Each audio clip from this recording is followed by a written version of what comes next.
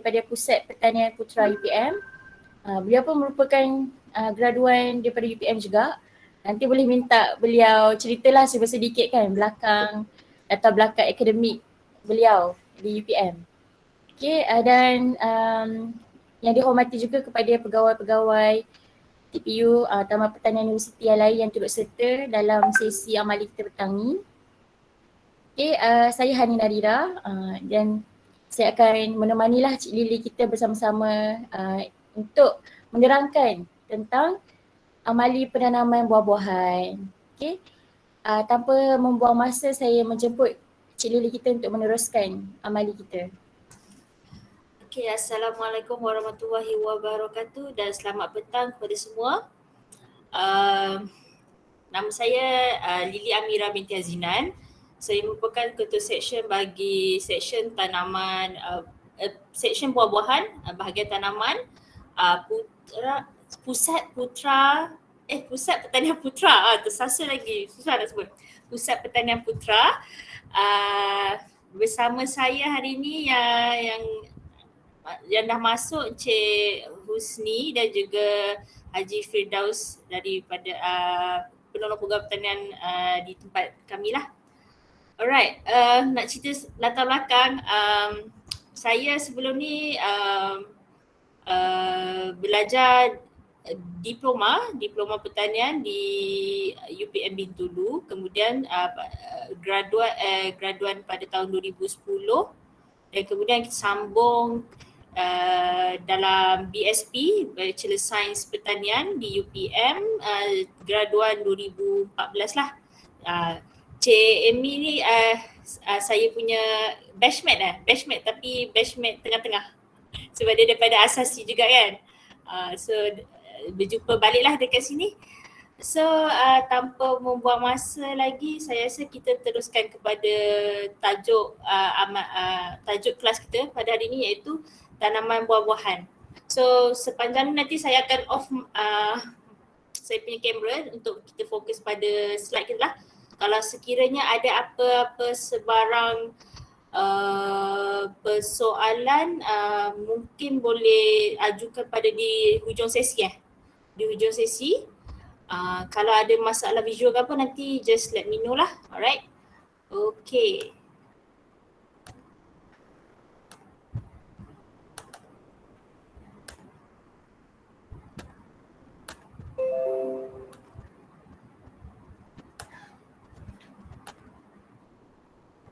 Okay, tajuk kita hari ini adalah tanaman buah-buahan, which is buah-buahan. Okay, kita akan ceritakan secara orang kata pengenalan lah terhadap buah-buahan tropical di Malaysia. Of course tropical lah sebab kita duduk kat tropical. Okay, sebelum tu saya nak memperkenalkan kata kaki tangan di seksyen buah-buahan. Orang kata orang kuat lah untuk seksyen kita ni, iaitu dengan kekuatan 1, 2, 3, 4, 5, 6, 7. Ada 7 orang bersama saya, 8 lah. Dalam satu gambar tu tercicir. Tidak ada dalam gambar grouping.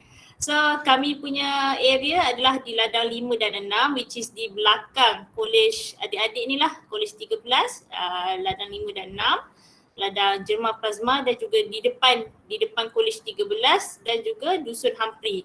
Rasanya semua dah pernah ke pergi kat sini? Mungkin boleh saya dengar beberapa respon. Pernah masuk tak sebelum ni? Ataupun pernah lihat tak? Pelajar belum masuk lagi kampus, Cik Lily. Sorry. Pelajar belum lagi. Semester depan baru pelajar masuk. Masuk ke amali? Masuk ke ni? UPM. Okay.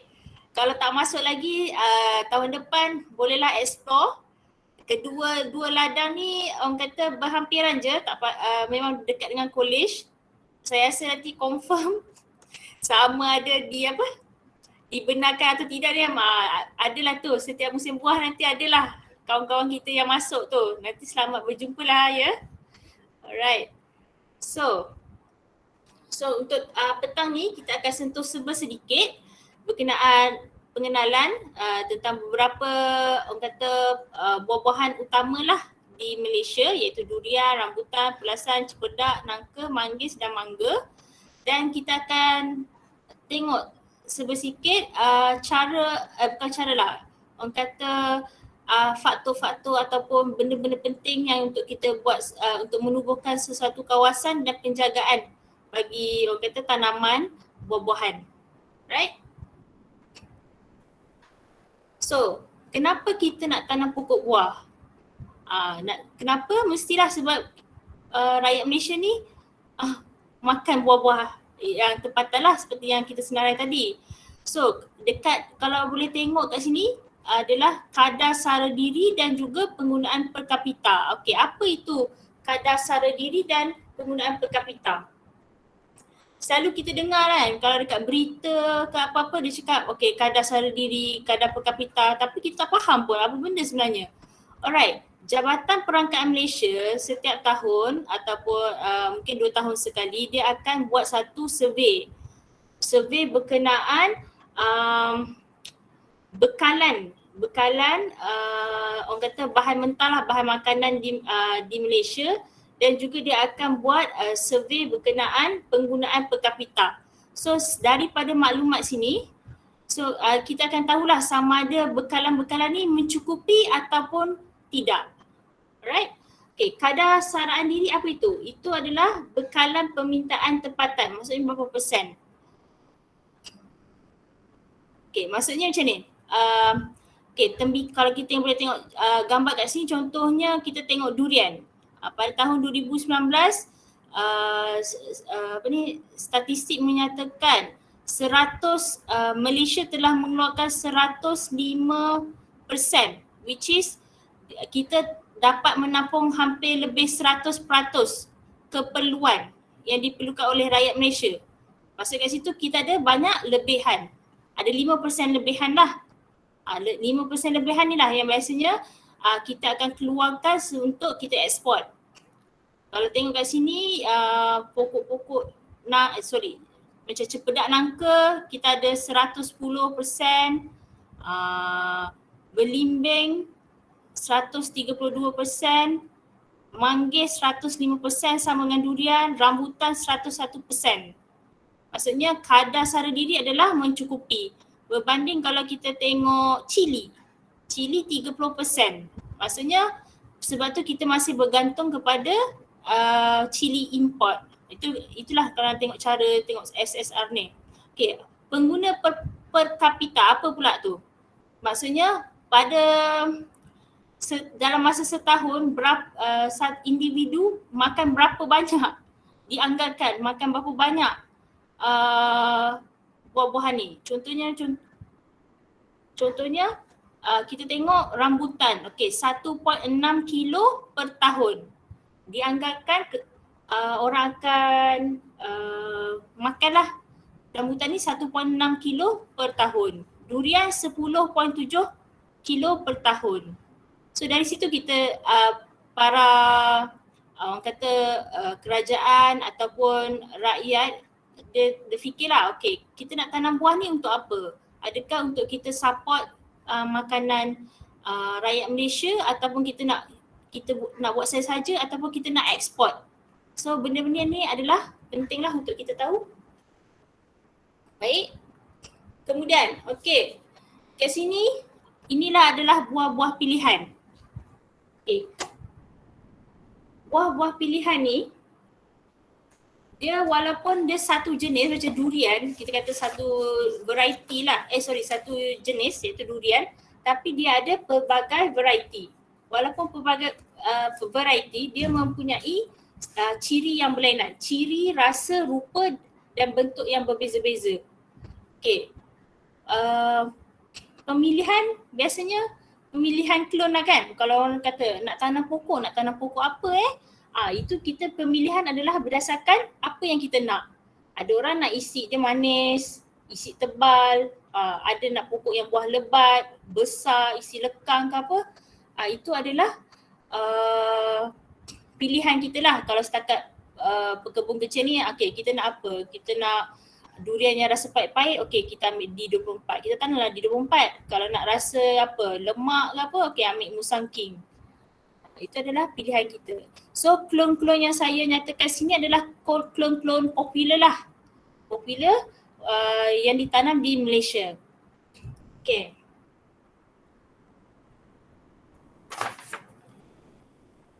Okay. Kat sini manggis, kita ada dua jenis lah. Satu Mesta dan juga manggis kampung ataupun manggis kacuk. Kat sini ada perbezaan. Walaupun kita tengok sekali-sekali imbas ni, kalau orang yang orang kata tak meneliti betul, dia rasa macam okay, ada nampak hijau, ada nampak purple, okay manggis. Sebenarnya ada beza ya. Kalau Mesta, kalau pokok Mesta, dia lebih kecil dan rendang. Buahnya berbentuk bujur, isinya manis dan kurang berjus. Berbanding kalau manggis biasa ataupun manggis kampung, pokok dia lebih besar dan tinggi, buahnya berbentuk bulat, isi dia berjus dan lebih manis. Dan biasanya untuk manggis kampung ni dia biji dia besar-besar.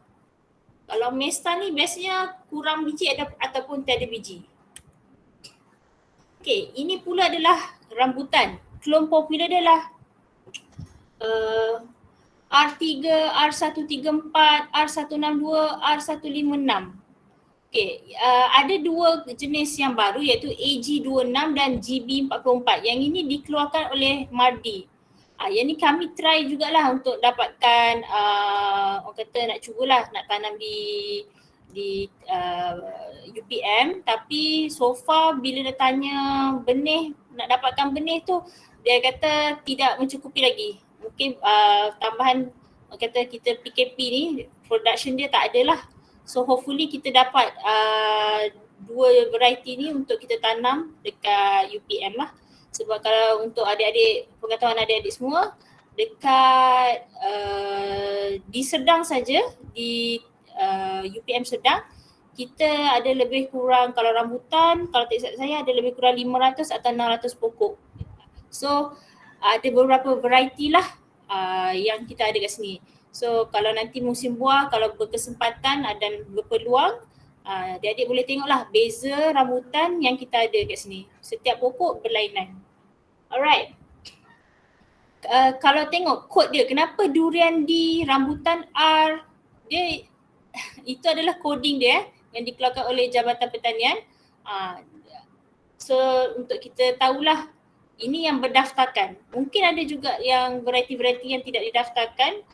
Sekiranya ada di Jupak yang tidak didaftarkan, kita boleh ambil peluang lah untuk daftarkan dengan Jabatan Pertanian lah.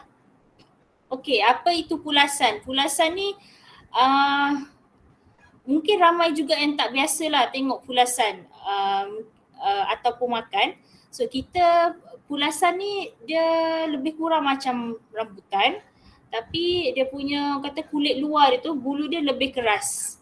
Kalau tak silap saya, kita maklumkan sebenarnya ada 3 jenis pulasan lah. Pulasan merah, hijau dan hitam. Kat sini rasanya kita ada pulasan merah dan hijau. Yang gambar ni bukan, dia tak masak lagi tak silapnya. Dia memang dah orang kata jenis dia pulasan hijau. Alright. Kita tengok cempedak pula. Cempedak pun samalah, ada banyak sebenarnya variety. So dekat tempat di UPM Sedang pun kita ada lebih daripada 6 klon yang kita ada tanam, dan juga nangka. Okay, nangka ni kalau nak mengenali dia lebih besar sikit daripada cempedak. Dia punya buah dia tu lebih bulat dan besar. Dan negeri utama pengeluaran adalah negeri Pahang, Johor, Kedah dan Terengganu.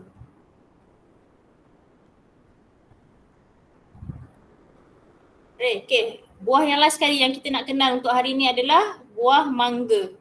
Alright, kalau adik-adik nanti dah masuk ke UPM, di hadapan postguard utama UPM, ada satu kawasan kita tanam semua pokok mangga kat situ. Kat situ lah ada lebih kurang, kalau tak salah saya, lebih 20 20 lebih variety yang berbeza.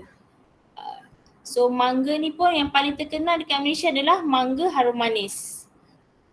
Ciri-ciri buah dia seperti yang adik-adik boleh tengoklah dekat slide yang saya sediakan. Ada orang kata mangga harum manis ni sukar untuk ditanam di tempat lain. Mungkin disebabkan oleh cuaca yang orang kata kalau tak silap saya mangga ni nak perlukan cuaca panas yang panjang. Mungkin tempat lain tu tak sesuai lah. Mungkin boleh berbuah tapi tidak semeriah di Perlis lah. Right? Okay. Sekarang kita akan masuk ke penanaman pokok buah-buahan. Sebelum tu ada apa-apa soalan ke? Saya rasa macam pelik pula cakap tak ada bunyi, tak ada apa. Ada apa soalan ke? Ada soalan yang nak tanya pada Cik Lily. Semua okey? Alright. Raja semua okey? Okey. Cik Dia Lily rasa boleh macam sambung. okey baik. Rasa macam pelik pula macam senyap ya. Okey Mereka baik. fokus. Kita teruskan. Ya. Kita teruskan kepada penanaman pokok buah-buahan. Okey, yang ini adalah gambar di tempat saya di plot penanaman manggis.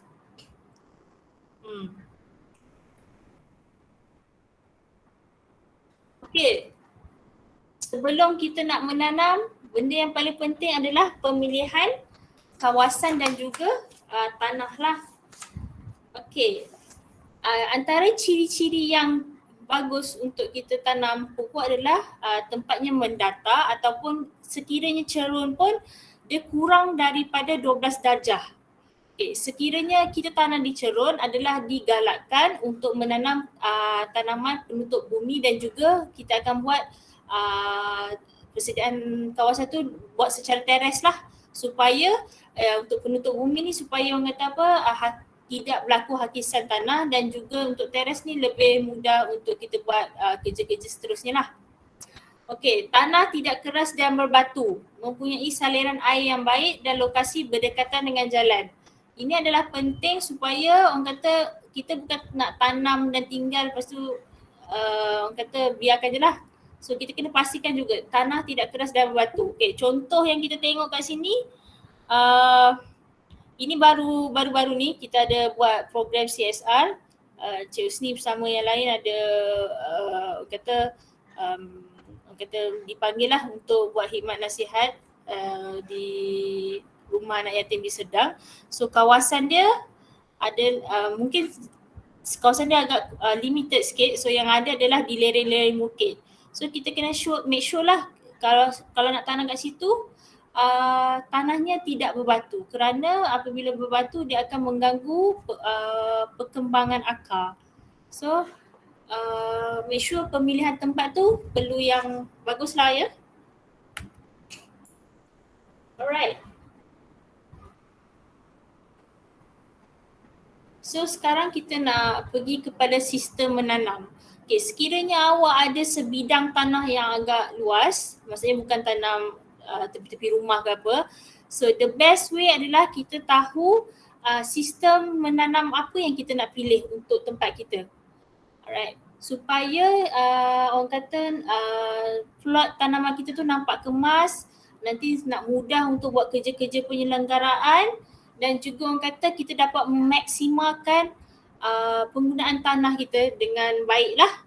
So terdapat ada 4 jenis sistem menanam iaitu empat segi sama, segi 3 sama, siku peluang dan 4 segi tepat.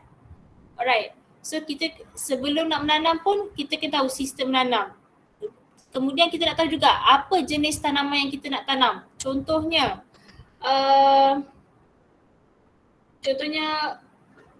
pokok, kita nak tanam pokok nangka. Contohnya nangka, lepas tu kemudian kita kata kita tak nak biarkan pokok nangka kita tu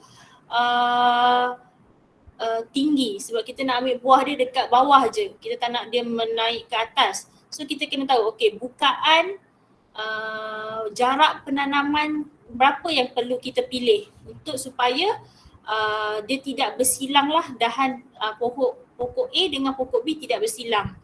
So contohnya satu lagi jenis tanaman. Okey, itu jenis tanaman pokok nangka. Kemudian contohnya kita nak buat ni tanaman pengisi ataupun tanaman orang kata tanaman sampingan. So kita kena tahu jugalah adakah jarak tanaman yang kita nak buat tanaman kekal dengan tanaman sampingan tu berpatutan. Benda faktor-faktor ini kita perlu ambil kira ya. Jenis tanaman, jarak tanaman dan susunan menanam. Okey, berbalik kepada 4 susun atur ni, apa beza setiap satunya? Alright, kalau kita tengok segi 4 sama, yang ini. Okey, ini walaupun awak tengok ini semua macam 4 segi je, tapi kiraan dia berbeza ya. Kiraan dia berbeza. Jarak antara satu poin dengan satu poin. Okey, segi 4 sama. Kebiasaannya untuk pokok besar, jarak antara pokok dalam baris, contohnya dalam baris, dengan jarak antara baris adalah, okey, ada pen. Okey. Jarak antara, okey, macam ni jarak antara baris dengan antara baris adalah sama. Okey, kelebihannya dia akan nampak lebih kemas dan mudah untuk selenggara. Kenapa? Laluan dia sama besar, so mudah untuk kita masuk. Okey, kemudian kita ada segi 4 tepat ataupun segi 4 bujur. Biasanya kalau pemilihan ni adalah disebabkan kita ada tanaman jangka pendek di antara barisan. Okey, kita ada buat tanaman lain lah dekat sini.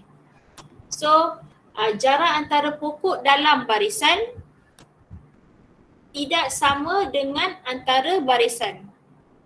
Kalau tengok dia ada sikit space dia lah di point sini dengan point sini point sini dengan point sini dengan point sini agak berlainan. Itu adalah segi 4 tepat. Kemudian segi 3 sama. Ini adalah antara common susun atur yang kita pilih lah di dusun. Kenapa? Kerana dia berbanding dengan segi 4, dua ni, dia boleh dapatkan 15% ekstra pokok kalau kita gunakan sistem ni. Lebih padat lah So jarak antara dia adalah sama. Kemudian satu lagi adalah siku keluang. Jarak dia sama antara sini, dia seperti yang atas ni. Tapi dia ada pokok pengisi.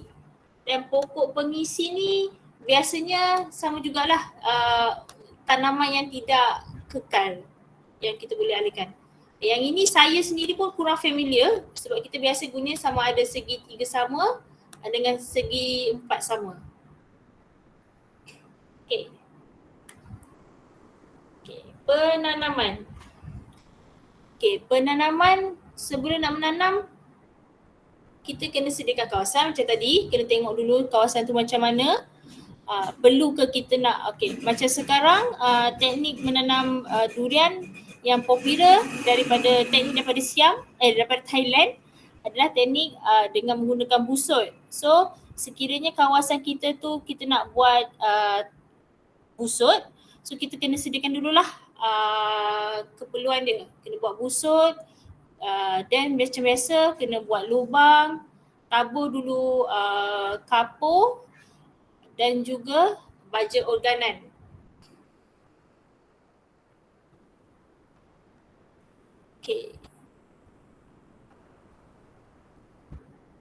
Right. Sebelum tu sebenarnya slide ni sebenarnya sepatutnya datang sebelum persediaan kawasan, iaitu kita kena memilih bahan tanaman.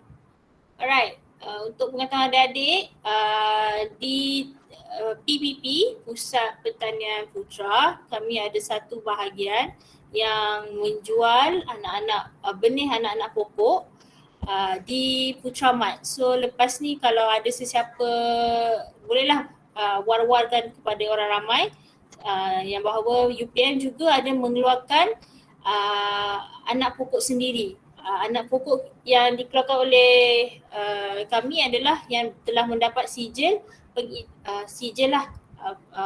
daripada Jawatan Tanian yang mengesahkan bahawa bahan tanaman ini adalah tulen. Right. Berbalik kepada faktor pertimbangan untuk memilih bahan tanaman. For sure adalah kualiti. Kita akan pilih pokok tu daripada buah yang baik dan bermutu. Macam mana nak tahu kalau kita pergi nursery ni, macam mana kita nak tahu dia ni buah baik ke bermutu? Itu datangnya keperluan untuk cari nursery yang mempunyai sijil pengesahan bahan tanaman. Okay. Selalunya benda ni kalau nursery tu ada sijil tu kira kita kata perhatilah sebab kita tahu pokok dia tu adalah tulen. Right, kemudian faktor pertimbangan yang kita perlu tengok adalah keupayaan mengeluarkan buah dengan banyak dan umur ekonomi pokok yang panjang dan lama. Ini lebih kepada kita tengoklah jenis pokok yang kita nak tanam dan juga variety dia. Ini kena tahulah, perancangan tu kena ada. Kemudian daya ketahanan daripada serangga, perosak dan penyakit. Buah yang boleh disimpan lama tanpa menjejaskan kualiti atau mudah rosak dan buah yang boleh diekspor. Kenapa? Apa kaitan buah yang boleh diekspor ke luar negeri? Ini lebih kepada sekiranya kita nak buat secara besar-besaran dan kita ada orang kata intention lah untuk menjual hasil tanaman kita. So pemilihan bahan tanaman dan jenis pokok yang kita nak tanam adalah penting supaya kita tahulah sama ada kita punya produk ni nanti boleh jual keluar ataupun tidak. Alright? So semestinya sewaktu kita pilih pokok, kita kena tengok pokok tu sihat. Nak tahu sihat, kita tengoklah dari segi berapa banyak tak pucuk yang dia dah keluar, condition pokok tu sendiri ada sihat tak, ada kena serangan penyakit ke ataupun serangan perosak. Daripada nursery sendiri kita dah kena buat pemilihan. Alright. Bila yang patut kita tanam pokok? Okay. Seelok-eloknya adalah pada musim hujan yang panjang, iaitu antara bulan Oktober hingga Disember dan April, Mei. Boleh tak nak tanam luar musim menanam ni, which is luar musim hujan? Boleh saja. Tapi kita kena make sure kita mempunyai sumber air yang mencukupi lah ya. Jangan kata tanam lepas tu tak ada sumber air, tak ada dekat yang berdekatan. So at least kalau kita tanam pada musim hujan ni orang kata kita tak risaulah. InsyaAllah orang kata kadar air tu pun mencukupi. Alright, yang ini untuk kaedah penanaman ataupun pemilihan semua ni adalah penjagaan yang saya akan cerita hari ni adalah yang general untuk pokok buah-buahan.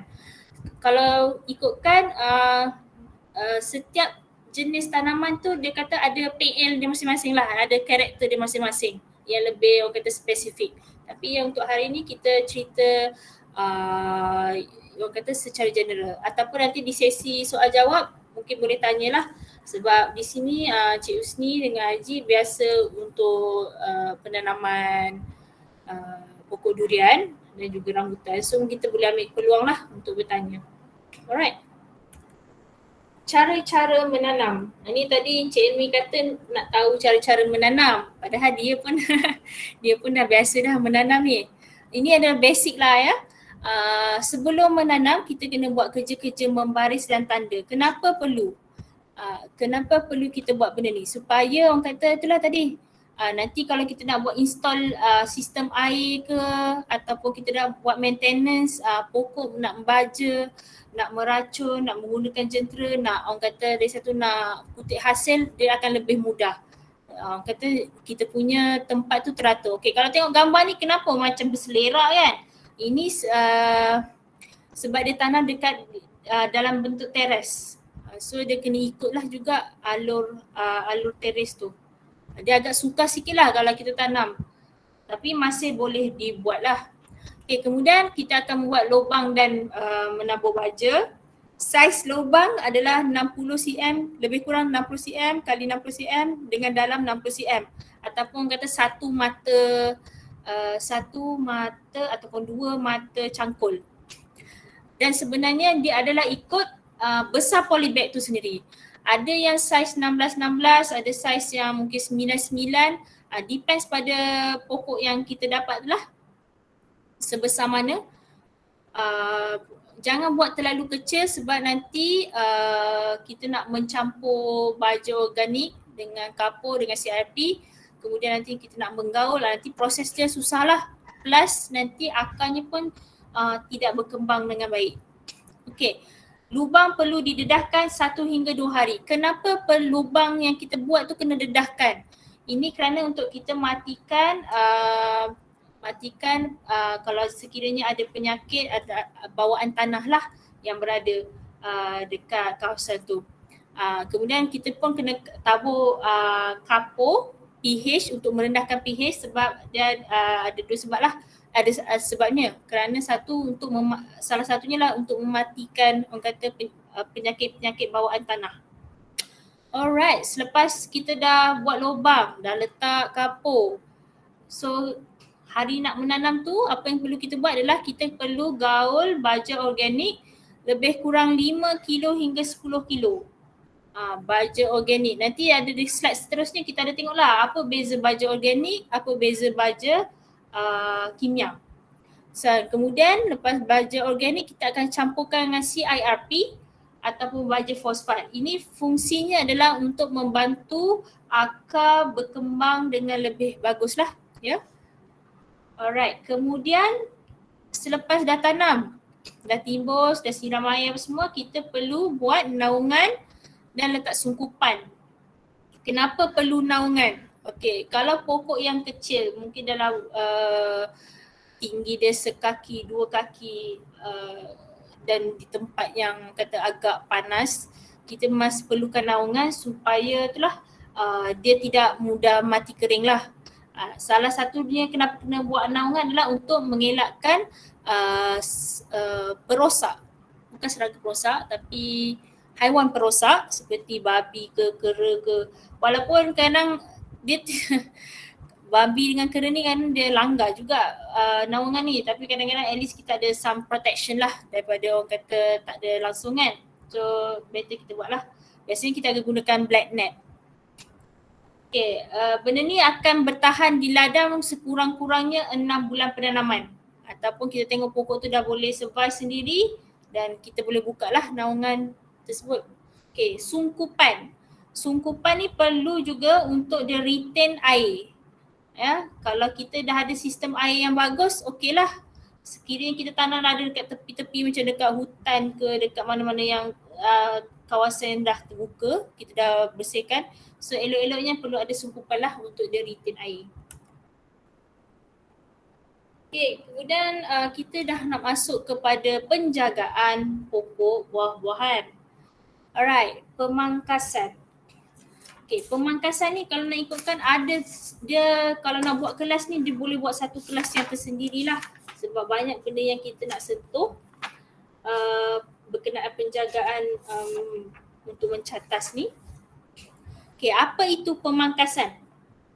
Pemangkasan atau cantasan adalah membuang mana-mana bahagian pada pokok yang tidak diperlukan seperti tunas air, ranting yang melampai ke tanah, yang ranting ataupun dahan yang berpenyakit, rosak ataupun dahan yang meninggi, yang tidak produktif lah Okay, seperti mana kita tahu, okay, kalau rambutan kita kena tengoklah buah, rambutan tak best lah dia beri contoh. Contohnya apa ya? Mungkin kita boleh bagi contoh. Okey, nangka ataupun cempedak. Okey, buahnya duduk di mana? Buah cempedak dan nangka adalah dia tidak berada di hujung dahan. Dia akan berada di tengah, maksudnya di awal pangkal lah, pangkal pokok. So kalau nak buat pemangkasan, kena orang kata jangan buang banyaklah dahan utama, dahan secondary dia. Kalau kita buang banyak nanti dekat mana pula kan buah tu nak tumbuh. Okey. Apa alatan yang diperlukan untuk buat pemangkasan? Dia pelbagai. Dia bergantung kepada saiz pokok dan orang kata dahan dan ranting lah. Okey. Mesin kecil kita biasa guna chainsaw. Kan kalau peralatan tangan macam biasalah sketius, parang, gergaji tangan, benda-benda ni lah. So kalau biasanya kalau amali di tempat kami untuk belajar, kita akan bagi peralatan tangan sajalah. Sebab untuk pengendalian chainsaw ni agak berbahaya, biasanya perlu pengawalan daripada kaki tangan kita. Alright. Okay, macam mana nak pangkas? Ini kalau pokok dah besar pokok dah besar, dah mungkin umur 5-6 tahun, kita ada beberapa jenis sistem pemangkasan, which is the first one is sistem batang utama, sistem tengah terbuka, dan yang ketiga sistem terbuka tengah terubah suai. Banyak ni. Kalau tengok macam sama je kan. Tapi pemilihan dahan yang kita nak simpan tu berbeza Okay, kalau nak tengok beza, dia paling senang tengok nombor 1 dengan 2 tu. Sistem batang utama dengan sistem tengah terbuka. Okay, sistem batang utama, dia akan dia akan simpan batang utama. Sekejap, kita tengok mana batang utama. Ni, batang utama dia akan simpan. Biarlah dia meninggi naik atas, tak apa. Kalau sistem tengah terbuka, dia akan potong yang ni. Sebab dia nak dahan yang kata tepi ni yang kata berkembang lah Okay, ini biasanya orang pilih sekiranya dia tak nak harvest buah dekat bahagian atas ataupun pokok dia, buah dia hanya berada di hujung-hujung sini. So dia kata kenapa nak tinggi-tinggi kan? So kita nak pilih sistem ke tengah lah sebab senang nanti kita nak ambil buah tepi ni. Alright? Okay. Sistem batang utama ni biasa pokok yang menggunakan sistem ni adalah pokok durian, manggis, dokong dan cempedak. Which is tu macam saya cakap tadi, dia hanya biarkan satu batang utama tumbuh menegak dan dahan tumbuh secara mendatar, dahan sisi dia.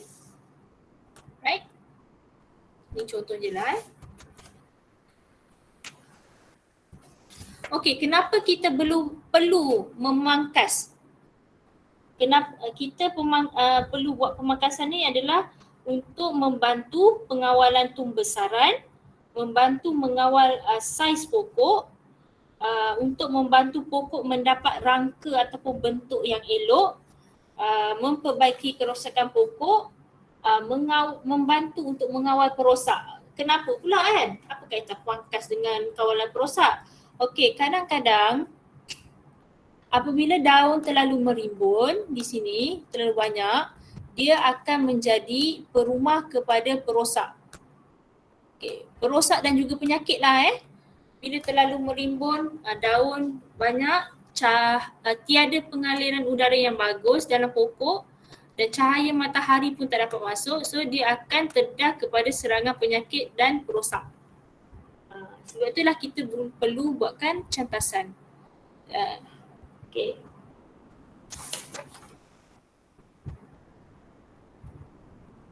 Alright, yang ini kita dah nak masuk kepada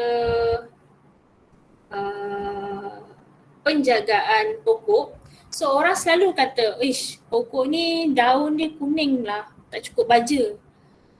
Betul ke tak cukup baja? Ini sebenarnya terdapat 6 pokok, 6 orang kata 6 faktor lah kenapa pokok tu boleh tak sihat.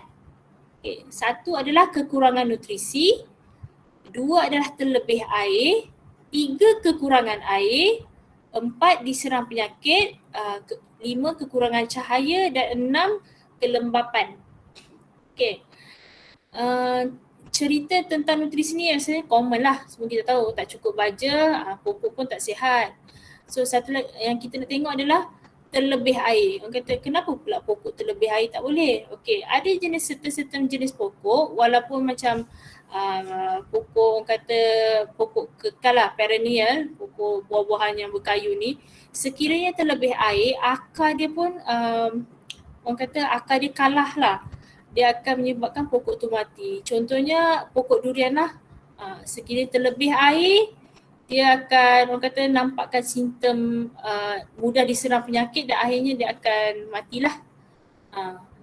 Alright, macam kat tempat kita pun ada plot yang kata di kawasan macam berlopak, bukan berlopak lah, macam rendah sikit. Kat situ pun pokok tak berapa nak hidup sebab kita kena buat orang kata saliran yang lebih bagus lah supaya air tidak bertakung lama dekat situ.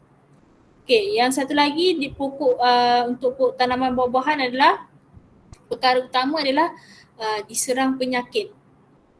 Penyakit terutamanya penjagaan yang perlu banyak adalah durian lah.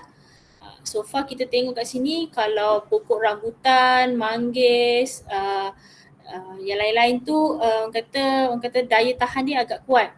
Tapi kalau macam durian, cempedak, nangka, itu agak orang kata perlukan penjagaan yang orang kata lebih sikit lah. Alright, kita nak masuk topik pembajaan.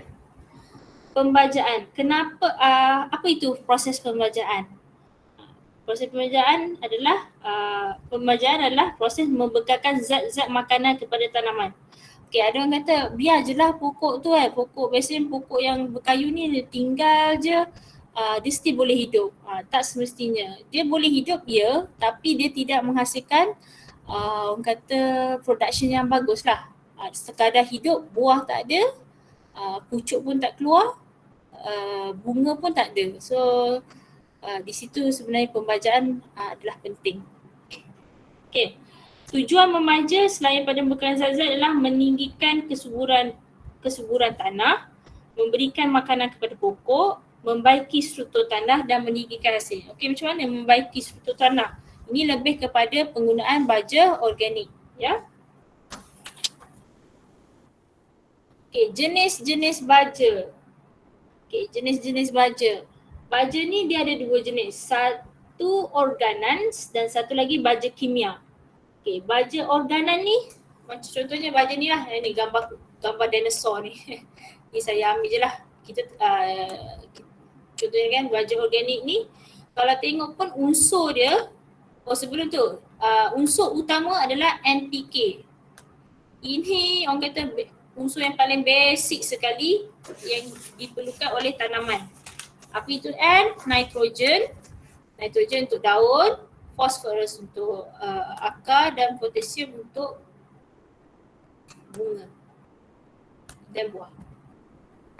Okay, so kalau tengok baja organan ni, N dia sikit je, 5 TE. Trace element ni maksudnya unsur-unsur yang lain lah, mikro. Okay, 5 berbanding kalau kita tengok ni 15. Yang ini apa? 12. So dia punya unsur adalah sedikit, tapi kita still perlu gunakan baja organik. Fungsinya adalah untuk membaiki struktur tanah dan juga meningkatkan kesuburan tanah lah. Okay.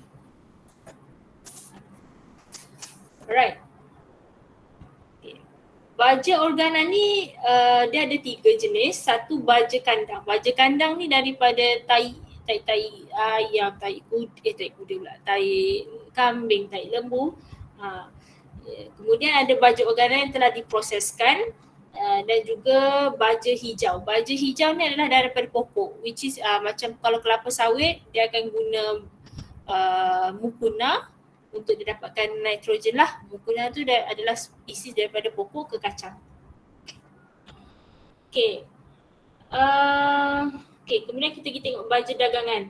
Jenis-jenis baja. Okay. Sebelum tu saya nak tahu, awak rasa, saya dah tengok lah respon pelajar dekat chatting. Awak rasa antara A dengan B, mana satu baja yang digunakan semasa peringkat buah?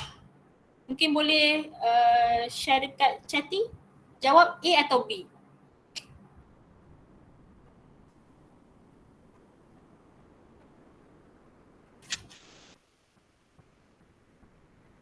Saya boleh tengok ke kalau saya share, saya boleh tengok respon ke?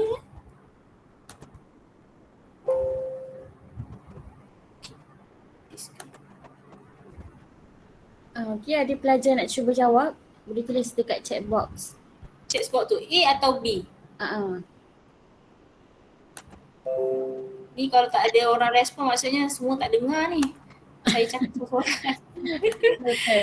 Mungkin Cik Anis boleh tengokkan sebab saya bila share saya tak boleh ni. Cik Lily tak boleh baca kan? Okey. Saya susah. Ada yang jawab A, B, B, B, B, A. Siapa lagi? A. Ada juga yang jawab A Ramai. Okey. Nampak ada respon tu, bagus. Okey. So tadi saya kata mana satu baju yang kita gunakan pada peringkat buah? Alright. Senang je. A atau B? Jawapan dia B. Kenapa? Kita tengok tadi. Unsur di sini. Tengok tadi sini. Potasium. Apabila di peringkat buah, kita memerlukan potasium yang tinggi. Sebab tu kita perlu tabur baja B. Baja yang B ni. Okey. Biasanya orang cakap baja hijau, baja biru. Inilah dia. Baja biru ni biasanya untuk baja buah dan baja hijau adalah untuk vegetative growth lah. Tapi jangan terkejut bila pergi ke kedai, dia akan ada baja warna purple, baja warna pink, pelbagai warna. Itu sebenarnya warna tu tak penting. Yang penting adalah kandungannya. Okay? So bila lepas ni kalau awak nak teman mak ke apa ke nak pergi beli baja dah, bolehlah. Okey, baja apa nak ni? Baja A ke? Baja hijau ke baja biru? Berapa ni? Tengok. Kalau ada brand A dengan brand B, nak mana yang bagus? Brand A ke yang ada 15-15 ke brand B yang ada 12-12? Maksudnya kandungan dia ni lah contohnya. Kandungan NPK dia mengikut keperluan tanaman. Alright, itu tadi kita cerita pasal jenis-jenis baja. Kemudian kadar dan kekerapan. Berapa banyak kita nak tabur? Okay. Ini adalah bergantung kepada peringkat pembesaran pokok buah-buahan dan jenis tanah di mana dia tanam. Okay. Biasanya kalau pada awalan, pokok umur kecil lah setahun dua, kita akan bagi dalam jumlah yang kecil tetapi kekerapan yang tinggi. Contohnya dalam setahun kita akan bagi berapa? Mungkin 5 kilo baja N. 5 kilo baja N tapi kekerapan kita buat 4 kali. Tak best lah kita buat macam 8 kilo, kekerapan 4 kali. So setiap kali buat, setiap kali tabur adalah berapa? 2 kilo. Itu pun kira banyak tu sebenarnya. Untuk tabur NPK pada peringkat awalan. Alright.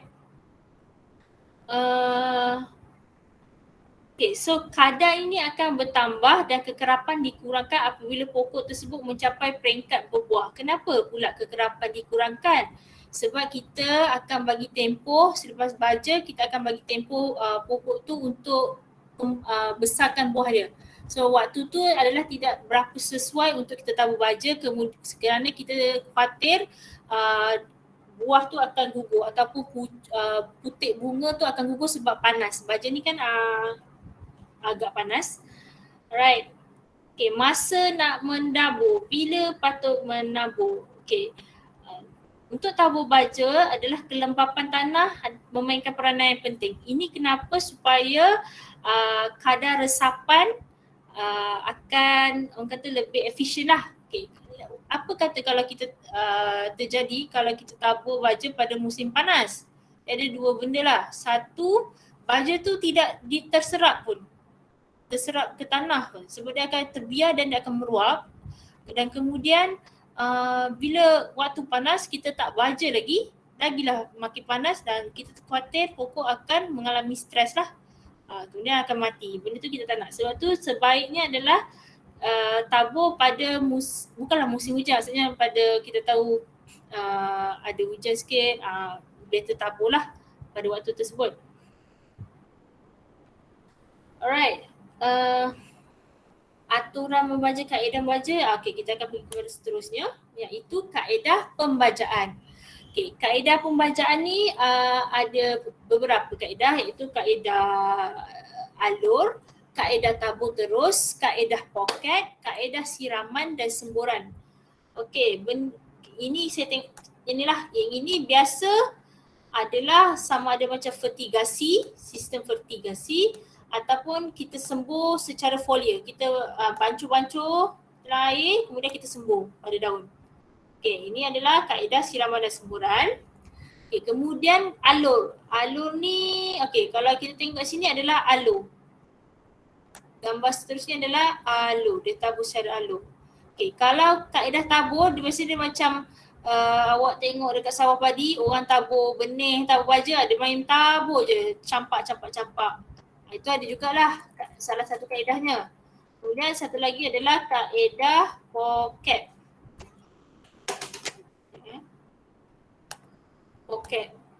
Poket tu macam mana poket? Dia buat, okay, setiap sudut ni kan, dia cangkul, dia buat lubang kecil sikit. Sini sikit, sini sikit, dan sini sikit. Dia buat cangkul, dia ambil, dia letak baja, kemudian dia tutup balik supaya untuk elakkan kadar pemeruapan.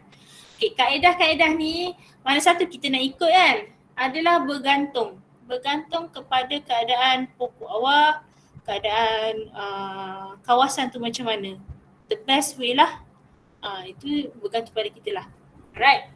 Lepas tu dekat mana kita nak patut tabur baja ni? Itu dia kata, baja mengikut saiz kanopi pokok. Okay, kanopi tu apa? Kanopi ni adalah paling hujung di sini. Kerana di area sinilah akar paling aktif. Tak guna sebenarnya awak tabur dekat sini. Sebab akar yang aktif adalah rambut yang berada di hujung. So indikator dia mana nak tahu adalah kita tengok silara kanopi pokok ni. Okay. Alright. Kemudian kita tengok tanda kekurangan nutrisi boleh dilihat secara melalui daun. Okay. Selain daripada menggunakan berdasarkan pemerhatian tanda-tanda kekurangan pada daun, yang kita boleh tengok adalah analisa tanah dan analisa daun dan pokok. Analisa maksudnya kena bawa pergi lab lah. Tapi biasanya orang akan tengok melalui daun dahululah, keadaan pokok tu dulu. Sebab nak bawa pergi ke lab ni, orang kata kalau sikit-sikit ni nak pergi ke lab kena bayar mahal jugalah kan. Satu sampel, dua sampel kena bayar beratus. So kita boleh tengok melalui daun. Cuma kalau yang tidak mahir, dia tak nampak beza pun. Tak tahu nak tengok yang mana dan nak kena pasti mana satu boron, sulfur, manganese, zinc ni tengok sama je. Kalau kita dekat, kalau kita ada gambar pun kadang-kadang kita pun tak boleh nak bezakan. Itu satu kelemahan lah. Macam saya pun masih orang kata tak begitu mahir lagi untuk tengok. Sebab kenapa? Okay. Slide seterusnya akan tengoklah kenapa saya kata kita susah juga nak identify simptom melalui daun. Tapi benda ni basic lah. Boleh diguna pakai. Orang kata kalau nak tengok, contohnya kalau kurang iron, dia batang dia akan still warna hijau, tetapi lira-lira dia ni, yang daun-daun ni akan kuning. So nampak macam kerangka saja. Tu iron, benda yang mudah lah kita tengok. Okay, boron kalau kurang biasanya pucuk daun macam tak ada, mungkin kekurangan boron kita boleh kata. Okay, kalau sulfur, daun akan kuning secara keseluruhan. Tapi satu lagi kita tengok macam ni, bahagian atas dan bahagian bawah. Okay, macam nitrogen lebih kurang je dengan iron. Tapi kita akan tengok sekiranya dari pangkal ni daun dia dah tunjukkan simptom kuning, kemungkinan besar adalah disebabkan kekurangan nitrogen. Tapi kalau dekat bahagian atas ni, kemungkinan adalah bisa jadi kemungkinan adalah disebabkan kekurangan iron. Ini pun penting. Kalau awak perasan pun 3 unsur nutrien yang utama pun akan bermula simptomnya pada pangkal. 3 simptom utama ni. Yang lain ke atas adalah lebih kepada mikro. Kenapa boron berada di sini? Sebab boron adalah penting untuk pertumbuhan bunga dan juga buah-buahan. So biasanya buah kan kat sini. Kalau cili ke apa kan dia akan dekat sini lah. Right. Okay, next kita pergi ke pengawalan rumpai. Yang ini saya tak ada nak sentuh banyak lah. Cuma kata nak tahu sikit-sikit tu boleh lah. Alright, apa definisi rumpai? Okay, rumpai ni adalah unwanted plant. Maksudnya benda yang pokok, tumbuhan yang kita tak nak dekat kawasan tu. Okay, katalah depan rumah awak tu ada pokok cili dengan contoh pokok cili dengan pokok labu. Sebenarnya awak tak nak labu tu berada dekat situ. So kita boleh describekan pokok labu tu adalah rumpai sebab unwanted plant. Okay. Right. So tu definisi rumpai. Okay. Apakah jenis-jenis rumpai yang selalu dijumpai? Okay. Kategori rumpai ni ada empat lah. Satu berdaun lebar, berdaun tirus dan rusiga. Rusiga ni kalau awak tengok biasanya dekat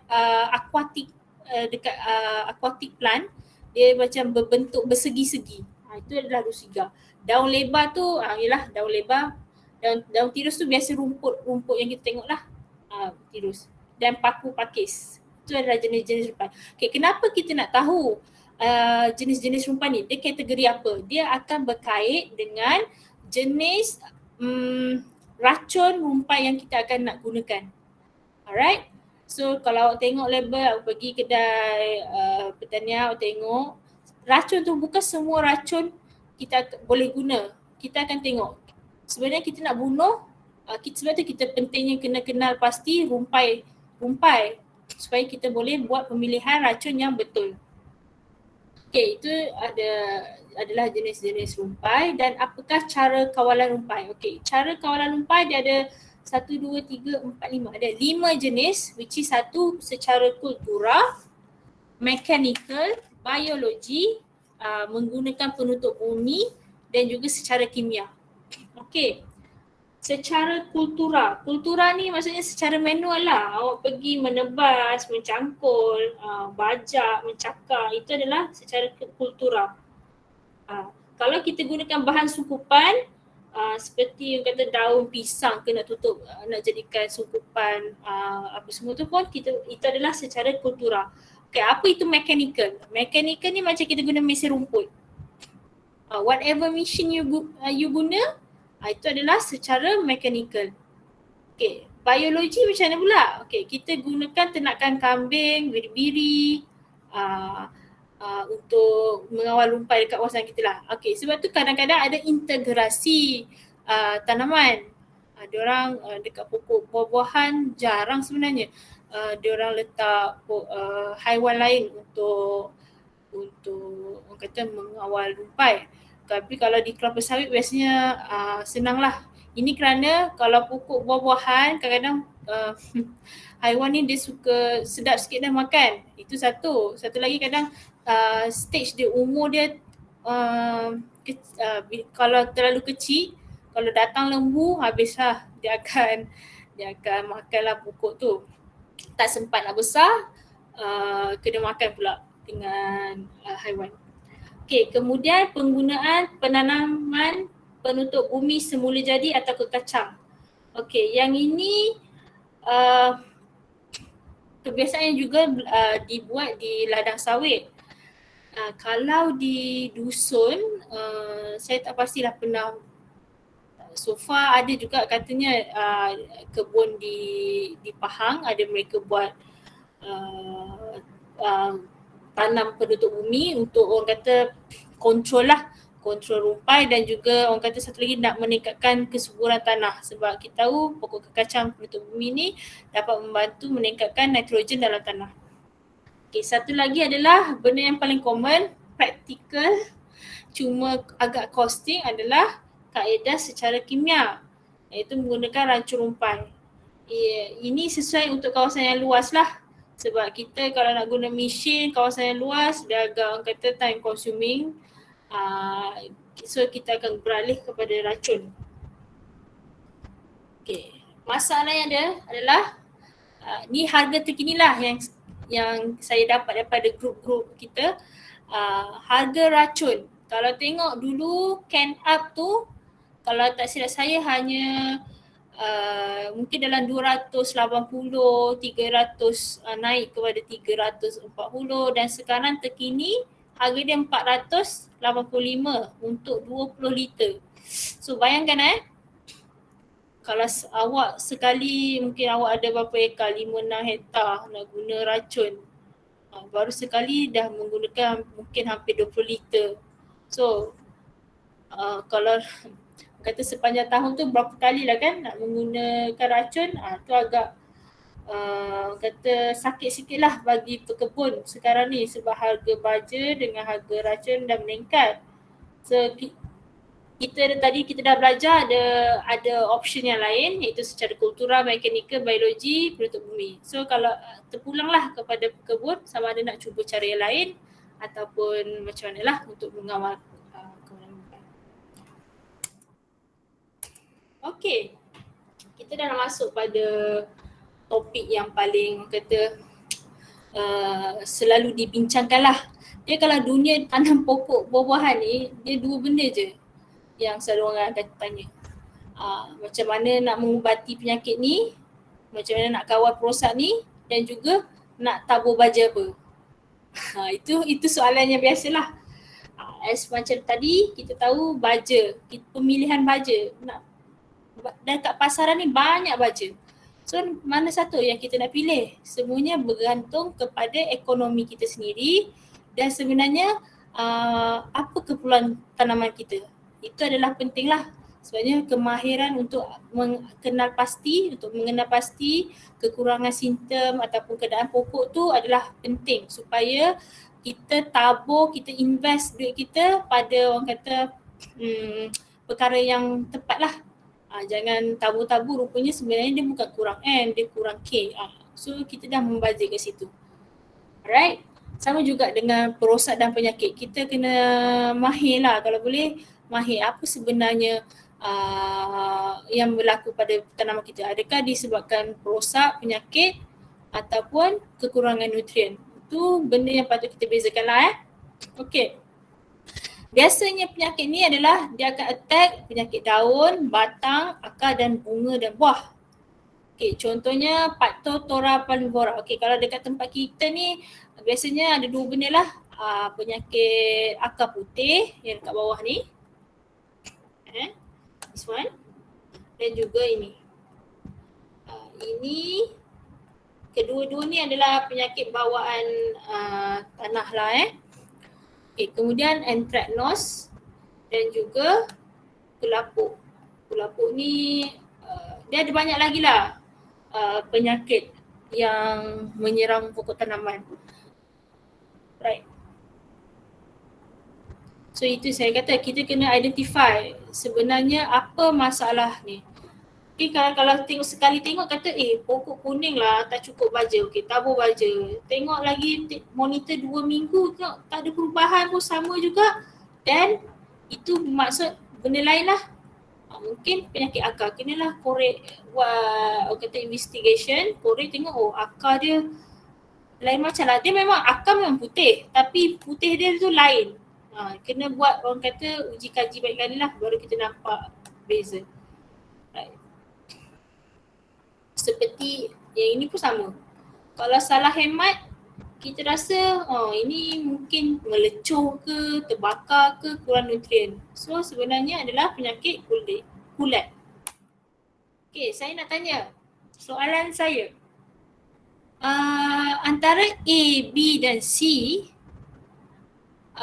manakah satu yang disebabkan oleh kekurangan nutrien. Mungkin dekat chatting boleh jawab. Antara A, B, C, mana satu disebabkan oleh kekurangan nutrien? Boleh bantu saya untuk semakkan? Saya bacakan Boleh. Sebab ramai pelajar jawab C. Betul ke? Oh. Semua jawab C. Betul. Okey, betul. Bagus. Okey, Bagus. kemudian antara A, B dan C, mana satukah disebabkan oleh baja yang berlebihan?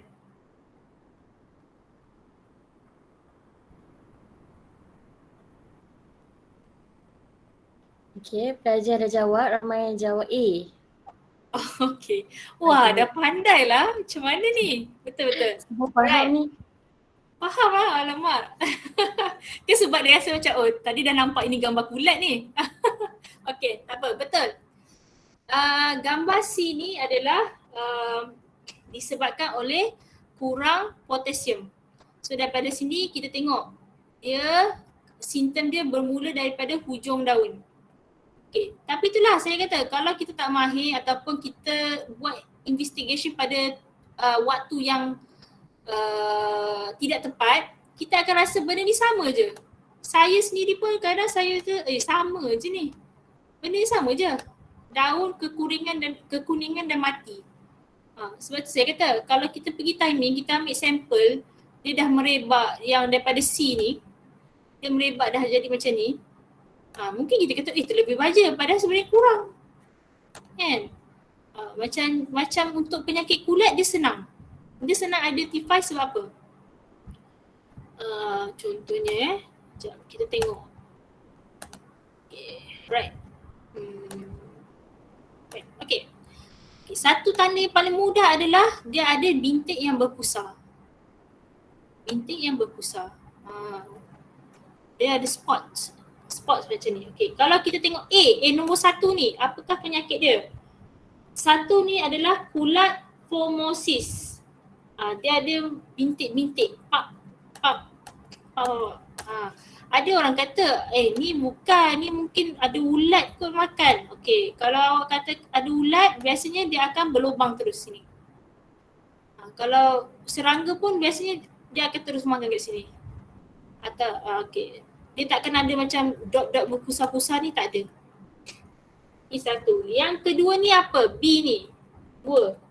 Yang kedua adalah anthracnose. Dia berpusar-pusar. Anthracnose. Disebabkan oleh Cholecalciferum. Yang ketiga ni adalah orang kata penyakit yang biasa kena dekat ladang durian lah, iaitu hawa daun, Rhizoctonia solani. Ini orang kata antara benda-benda yang biasa kita kena treat lah. Okay, cara nak treat biasanya kita akan guna Mancozeb ataupun Monsirin. Kena buatlah 2 minggu sekali. Dapat pula hujan, kenalah mungkin seminggu sekali. Dia agak renyah lah untuk kat situ. So disebabkan semua dah pandai ni, okay lah, senang lah. Boleh lah nanti saya panggil untuk buat identify kat ladang kan. Okay, tadi kita dah cerita pasal penyakit dan sekarang kita nak cerita pasal perosak. Perosak ni pun masalah lah. Terutama yang ini. Si cantik ni. Lalat buah. Lagi-lagi pada buah mangga. Ini dia sekali dah inject kat sini, habislah buah kita. Tak sempat nak buat spray, tak sempat nak buat bungkus, habis. Dah tak elok. Kualiti buah akan drop lah. Still buah ada, tapi kualiti tu dah tak bagus. Ini pun antara fisilit yang biasa kena dekat pokok durian. Ini adalah pengorek batang. Benda-benda macam tu. Okay, yang sukar untuk kita tengok adalah ini. Nematode. Iaitu dia akan attack dekat akar dulu. Bawaan akar. Benda ni kita susah nak nampak. Tengok-tengok kadang-kadang pokok terus simptom. Ada kuning-kuning, tak lama lepas tu mati. Tak tahu apa cerita. Rupanya sebab nematode. Dan satu lagi benda yang agak sukar adalah kita nak mengawal perosak daripada haiwan vertebrata ni. Okay, macam ini adalah real case dekat ladang kita iaitu babi lah So babi ni tengok dia berjalan berdua-dua dekat sini kan. Sebab yang masa ni kita belum tanam lagi pokok. Yang ni kita ada cara kawalan adalah kita pasang perangkap. Dan ini ada masa musim buah hari tu. Tak sempat nak kutip, dia dah tolong kutip dulu. Yang ini adalah pokok kita. Orang kata baru 2 tahun tanam, pokok dah cantik, dah patah. So ini ada benda-benda yang susah lah. Dia yang biasa ni adalah haiwan perosak babi dengan kera. Tapi bila musim buah ada satu lagi, tupai. Itu dia. Itu agak kawalan dia agak sukar sikit lah. Macam sebab kadang babi ni dengan kera, babi lah, kita ni terikat sikit lah. Kita nak bunuh saja-saja pun susah sebab kadang-kadang dia takut ada certain cara method kita bunuh dia melanggar etika haiwan hidup. So kena tengok jugalah ya cara pengawalan dia. Okay, sekarang dah pukul 4 suku. Sikit lagi. Okay, ini adalah gambar di mana tempat kita buat kawalan semburan pest and disease. Kita menggunakan mist blower. Candle mist blower. Okay. Biasanya kalau tak kita akan guna knapsack sprayer ataupun high pressure pump lah. So this one is orang kata paling mesin besar lah kita gunakan. Sebab dengan ketinggian dan kebesaran pokok, kalau nak guna knapsack dah tak berapa sesuai, so kita gunakan method di sini. Okay, kita nak pergi ke penuaian. Okay, macam mana dah nak tahu pokok tu ataupun buah tu sudah okey untuk kita makan? Okay, dia ada 2 cara lah. Satu melalui tanda kematangan dan satu lagi adalah berdasarkan tempoh penuaian. Alright. Okay, kalau durian ni biasanya kita tengok start daripada dia dah berbunga. Kalau tak silap saya kita akan start kira daripada 100 hingga 120. Tapi durian ni dia akan bergantung pada variety. Ada variety dia akan awal, ada yang akan keluar pada pertengahan musim dan akan ada pada hujung musim. So selesai saya kata kalau kita nak menanam, kita kena tahu variety apa dan kita kena tahulah PL dia tu macam mana supaya untuk management kita lebih senang. Right, so berdasarkan inilah tempoh penuaian. Kalau biasanya pokok-pokok ni adalah tempoh penuaian. Dan satu lagi untuk kita tahu tanda kematangan, indeks, berdasarkanlah indeks buah. Contohnya saya tunjuk adalah buah manggis. So kalau buah macam ni, dia indeks 1. Mungkin kita dah boleh petik sesuai untuk ekspor, mungkin kita boleh guna untuk indeks 1 atau indeks 2. Biasanya kalau dekat tempat kita akan gunakan indeks 5 ni lah ataupun 6. 6 ni dah kalau lama-lama dia akan jadi lebih terlalu berair. Okay, itulah cara untuk kita tahu bila tempoh penuaian, bila nak buat. Okay, selain pada 2 ni, kalau semasa proses penuaian, aktiviti penuaian, yang perlu kita ambil perhatian adalah waktu penuaian. Okay, waktu penuaian biasanya adalah awal pagi dan juga lewat petang. Kenapa? Contohnya ya, macam hari tu kami harvest duku dokong. Okay, kita harvest lewat sikit, mungkin tengah hari. Tengah hari bila harvest tu kulit dia lebih cepat untuk merekah. Mungkin disebabkan faktor dia pokok dah start kering ke apa ke, dia ada banyak faktor lah. So kena tahu setiap buah tu orang kata lain-lain dia punya karakter. Okey, alatan dan kenderaan yang sesuai. Kenapa ada kat sini? Okey, kenderaan ni adalah lebih kalau kita jenis nak jual keluar, kenderaan yang kita nak hantar buat transportation tu adalah penting. Contohnya macam musim durian ataupun yang baru-baru ni musim durian dan juga rambutan. Okay, kita nak transfer dari mungkin kita ada satu lagi ladang di Puchong nak ke sini. So kalau tak kena timing dan juga orang kata the best adalah kalau dapat yang orang kata yang bertutup lah. Bertutupan berekor kan, macam biasa kita tengok dekat highway kan ada lori-lori yang macam tu. Kalau tidak kita kena bermain dengan waktu tuaian lah. Kena harvest cepat supaya buah tak rosak. Okay, pembungkusan pun benda yang paling penting lah. Sekiranya kita menggunakan metod yang tak betul, buah kita akan cepat berpelup dan akan mudah lagi cepat rosak. Masalah buah-buah tropical ni adalah dia adalah berrespirasi tinggi, mudah berpelup. Contohnya rambutan, simpan hari ni esok dah kering, dah hitam. Sebab dia berrespirasi tinggi. So kena fikirkanlah teknik pembungkusan macam mana yang orang kata boleh tahan lama. Dan sekali adalah penyimpanan. Biasalah. Okay, orang kata bila musim buah-buahan ni? Kebiasaannya adalah lebih kurang bulan Jun hingga September dan November hingga Februari. Biasanya 2 kali setahun. Right. Rasa saya itu saja dari saya. Sebelum tu mana-mana pelajar yang tak tahu, kita ada Facebook dan juga Instagram. Boleh like, follow dan share. Macam YouTubers rasa.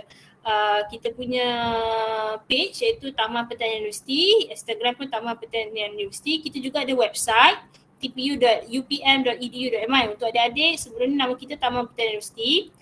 So baru-baru ni saja kita bertukar. So ID ni masih sama. So kalau cari Pusat Pertanian Putra tu mungkin tak jumpalah. Cari dulu Taman Pertanian Universiti. Mungkin tahun depan kita akan tukar nama lah kita punya di social media. Baik, itu sahaja daripada saya. Sekian, terima kasih. Ada apa persoalan?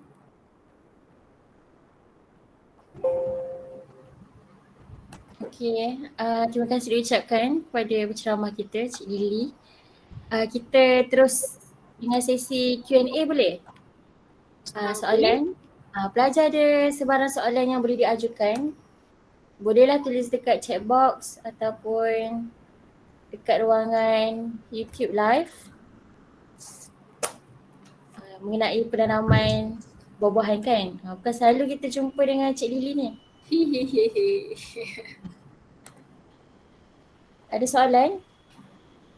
Saya harap tak ada soalan pada Cik Helmi lah.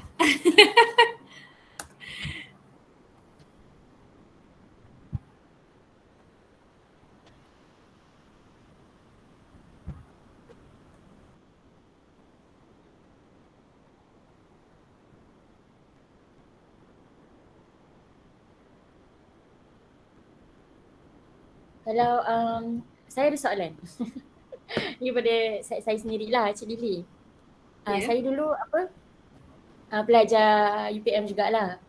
Dan kalau orang kata pelajar UPM ni kalau tak masuk ladang, maksudnya tak ambil buah dekat ladang, kita panggil macam bodoh lah sebab tak ambil buah tu kan. Kalau kantoi 2 kali, kita panggil bodoh 2 kali. Betul ke? Maksudnya macam mana ni daripada segi keizinan pelajar tu untuk ambil buah-buahan ataupun merasailah sedikit hasil tanaman kat UPM tu lah. Kena minta izin lah kan? Tu macam mana? Minta izin lah. Dia macam ni lah, benda something yang masuk dalam perut kita tu akan jadi orang kata darah daging kita. So kalau boleh makanlah dalam orang kata yang dengan cara yang halal. So sekiranya kita ada je, tak adalah kita buka pada semua. Sekiranya adalah pelajar orang kata kadang kita faham, teringin. Pula tu nampak pagar pun dah roboh kan, lagi 13, tahu dah kan. Tapi atas dasar orang kata integriti di sini, kalau nak makan tu, kalau di luar Ustazah kalau nak makan di luar pagar tu tak apalah, kita bagi je izin. Tapi kalau orang kata sampai menceroboh, pecah pagar, lepas tu kita pun susah kan nak pergi baiki pula tu pagar kan. Tak elok lah. Kita pun orang kata tak orang kata tak redha lah kan, tak redha. So datanglah jumpa kata dengan staff saya, InsyaAllah staff saya nanti pandai lah dia adjust sana. Buat tapi kena buat hikmat lah. Hikmat. Betul-betul. Bantu-bantu. So saya sarankan pada pelajar lah, jangan mencuri. Kita tak nampak memang benda tu depan mata tapi kita tahu benda tu salah. Once you rasa benda tu salah maksudnya tak elok lah tu. Minta secara elok. Kalau di luar pagar saya tahu melampai-lampai kat college tak apalah, makanlah. Tapi kalau sampai panjat pagar tu Betul. Okay, tak apa. Apa ni macam untuk sama-sama lah kan. Pelajar boleh merasai tapi kalau ada pegawai kat situ minta je izin. Jangan Ya, betul. Ke kan. Betul. Kalau minta secara baik insyaAllah bagi je. Betul. InsyaAllah boleh dapat. InsyaAllah. Okay. Ada soalan saya perasan daripada Arsyad Yusof. Kalau pokok dah kena penyakit boleh sembuh ke tak?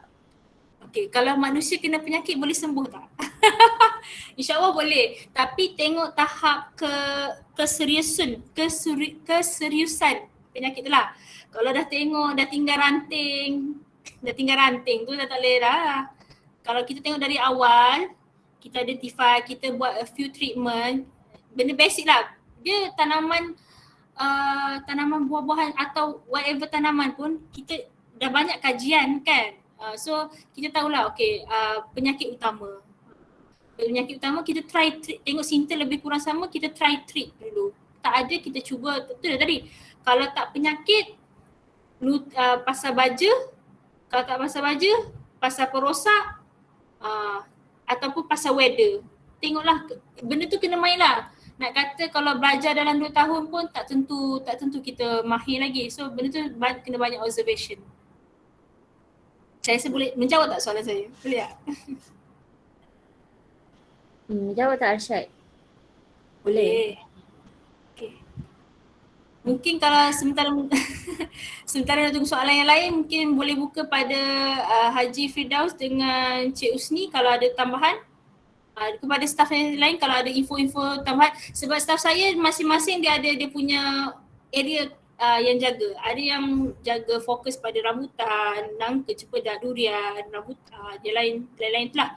So mungkin ada soalan yang lebih menjurus ataupun info-info yang boleh kita share pada adik-adik, boleh je open mic.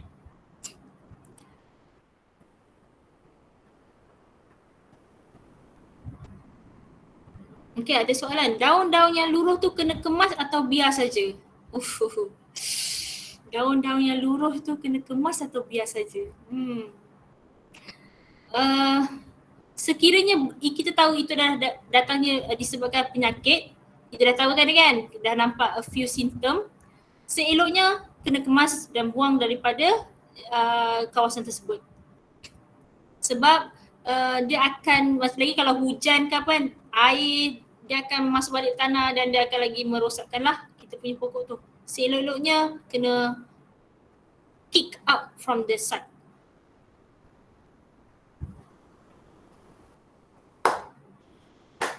Okay, menjawab soalan Farhan. So daun-daun luruh tu kena check dululah kan simptom, kalau ada masalah penyakit dan sebagainya kena buang cepat-cepat. Biasanya lepas kalau kita buat pemangkasan pun memang tak kira lah daun tu sihat ke tak, kita akan buanglah supaya tak jadi host kepada perosak yang lain. Kan ada banyak serangga buat rumah dekat, yelah macam tu kan, lagi-lagi tahan lah. Betul. Okay, ada soalan lain daripada pelajar? Dekat YouTube pun tak ada. Naungan tu macam mana? Naungan adalah perlindungan. Pelindung, okey. Macam gambar saya tunjuk tadi, nak tunjuk balik ke? Okay. Sekejap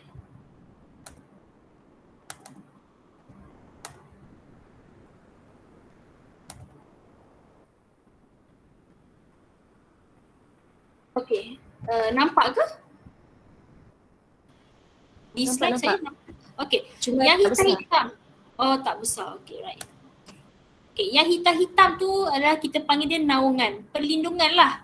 Okey, dia ada style design macam mana awak nak buat naungan tu up to you. Ada orang dia tak buat pun yang tepi, dia buat atas. Dia pacak, dia buat atas. Sebab purpose dia adalah pokok kecil, mungkin dia rasa tak ada perosak di kawasan dia, dan dia punya motif adalah untuk orang kata kurangkan panas matahari.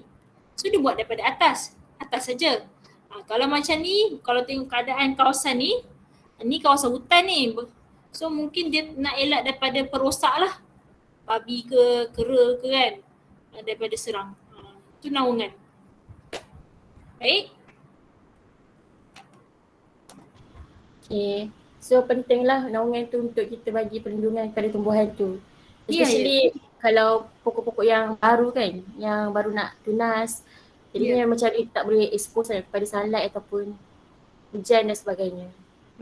Betul. Okay, ada satu sama-sama tu ada satu macam teknik yang kata makin popular lah dekat Malaysia adalah menggunakan bahan tanaman APM, Advanced Planting Material, which is sebenarnya tak ada beza apa pun.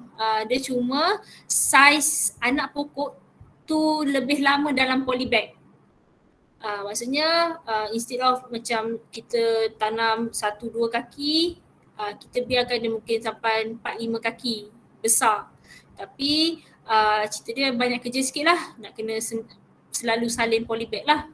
Pokok makin besar sebab kita takut akar dia. So kalau pokok dah besar biasanya macam tu orang dah tak letak naungan lah sebab dia dah boleh survive. Okay, ada satu soalan. Macam mana nak elakkan daripada terkena ulat buah? Ulat buah yang tadi ganggu kita punya tanaman kan? Oh, ulat buah. Dia secara chemical ataupun secara physical, which is kalau physical kita boleh buat balut buah, dan secara chemical kena sembuh racun. So kita tahu biasa racun yang pakai untuk lalat buah adalah malation. Bukan lalat buah lah, maksudnya yang kumbang, serangga yang attack ni biasanya kita akan pakai malation. Kalau lalat buah kita ada pakai yang macam pheromone tu kan, perangkap dan seterusnya lah. Itu saya kata pentingnya saya nak cakap describe apa racun yang kita gunakan, tak boleh. Kita kena tahu dulu apa pest yang ada kat kawasan tu, dan dia akan AI dia, active ingredient akan berbeza lah. Okay, soalan dekat chat pula. Kalau di Malaysia durian D24 di daerah mana yang sesuai untuk ditanam ataupun di mana-mana saja boleh tanam? Okay, D24 alamak saya tak pastilah ada spesifik area untuk D24 ke tak. Tapi kalau di tempat kami pun kami ada je tanam D24. Mungkin kalau nanti Haji ataupun Cik Husni ataupun staff yang lain boleh masuklah untuk jawab ini. Tapi tu saya kata kita nak tanam, kita tanam je kat mana. As long kita tahu tempat tu tanah dia subur dan sesuai. Cuma weather je lah. Weather tu dia akan mempengaruhi juga. Contohnya kalau tak silap saya di Pahang apa sekarang? Dulu di 24 di 24 dengan sekarang ni Musang King lah kan. So dia yang saya tahu setiap daerah kadang-kadang untuk mempopularkan tempat dia sendiri, dia akan pick satu variety atau dua variety dan dia akan kembangkan supaya orang kata the best is dekat area sini. Kadang-kadang sebenarnya mana-mana boleh. Cuma kadang-kadang advantage dia lah mungkin weather dia lebih bagus di situ. Tapi kata nak hidup tu dekat mana-mana boleh hidup. Okay. Soalan daripada Farhan, pokok durian kena banyak air ke? Pokok durian kalau boleh jawab secukupnya. Saya tak pasti, saya tak ingat berapa, dia ada dah ada jabatan dia dah buat kajian berapa kadar air yang diperlukan oleh pokok. Mungkin sehari mungkin 2 liter pada awalan dia. Tapi yang saya tahu durian tak boleh air yang banyak sebab akar dia akan lemah lah. Dia akan cepat mudah lemas. Mungkin kalau Cik Husni ada boleh jawab berapa kuantiti air dalam sehari? Kalau tak ada kita teruskanlah kepada seterusnya. Okey, ada untuk lagi durian soalan? Oh, Okay, Cik Husni ada. right. Okay. Okey, untuk yang tadi kata space durian di 24 di 24 ni asalnya Bukit Merah, Perak. Oh, Perak saya salah sebut. Dia Perak. Macam di 200 asal dia dekat Padang kampung saya lah, Bandar Baru Kedah. Dia bukan Penang, Bandar Baru Kedah. Macam sangki dia ada negara asal dia. Tapi untuk nak tanam tu tak ada masalah sebab kita Malaysia satu istiwa. Kita sama ya satu orang. Tak ada masalah pun. Cuma tempat yang dia jumpai spesies ataupun variety tersebut yang dia claim tempat tu lah. Macam sangki dekat mana tempat tu yang dia claim lah tempat kat itu. Padahal tak ada masalah pun. Dia asal Kelantan yang kita tengok sekarang ni dekat Pahang. Itu untuk macam air untuk durian ni biasanya macam saya kat ladang 5 tu saya estimate dalam 8 liter sehari, 4 liter sehari. Dia kurang macam tu lah. Dia lebih kurang 8 liter, 8 ke 10 liter. 4 liter sekali buka. Kecuali hari hujan tak payahlah kita siram. Macam sekarang ni hujan, saya tak buka air. Mungkin dalam 2-3 hari saya takkan buka air. Lepas tu kalau panas baru saya buka sikit, saya buka pagi, dalam pukul 9-10, lepas tu petang dalam pukul 4 ke pukul 5 lah. Saya bagi, dia lebih kurang dalam 8 ke 10 liter saja. 2 kali tu lah, 4-4 lah. Macam tu je lah, dia tak perlu banyak air pun. Tapi tengok kelembapan tanah, kalau tengok, dia kena, durian ni dia kena rajin tengok tanah dia tu, kalau tanah terlampau lembab, jangan buka air. Biar saja. Secara spesifik dia, saya belum buat kajian ni. Itu je lah. Okey. Terima kasih.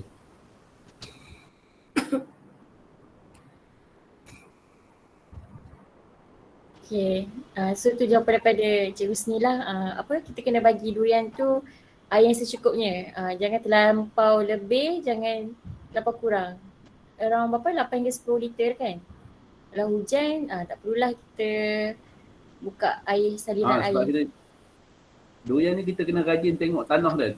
Turun, tengok tanah kita buka air lah. Buka air yang tak tahu, takut dekat, kadang-kadang dekat kawasan tu dia bertakung. Walaupun tak hujan tapi air bertakung kita buka tapak lama durian akan mati. So kita kena Okay, faham. Okay, terima kasih Cik Husni.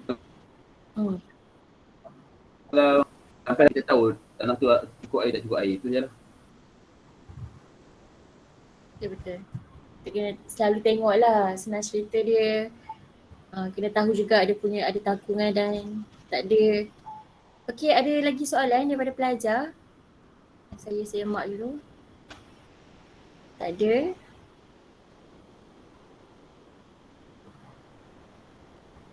Okey.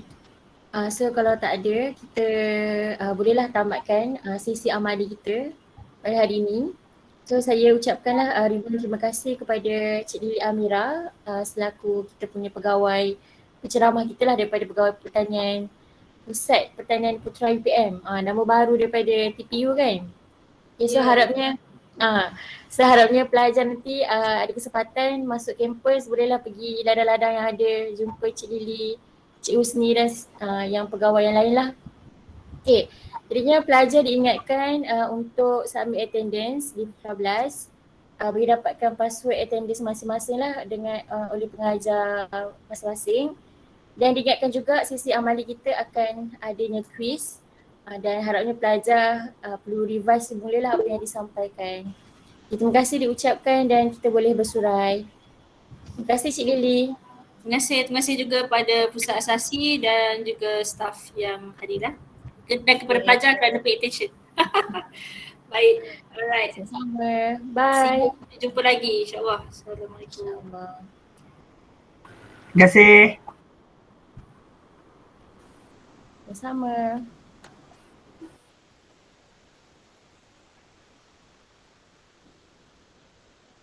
Terima kasih semua. Assalamualaikum. Okay, Waalaikumsalam.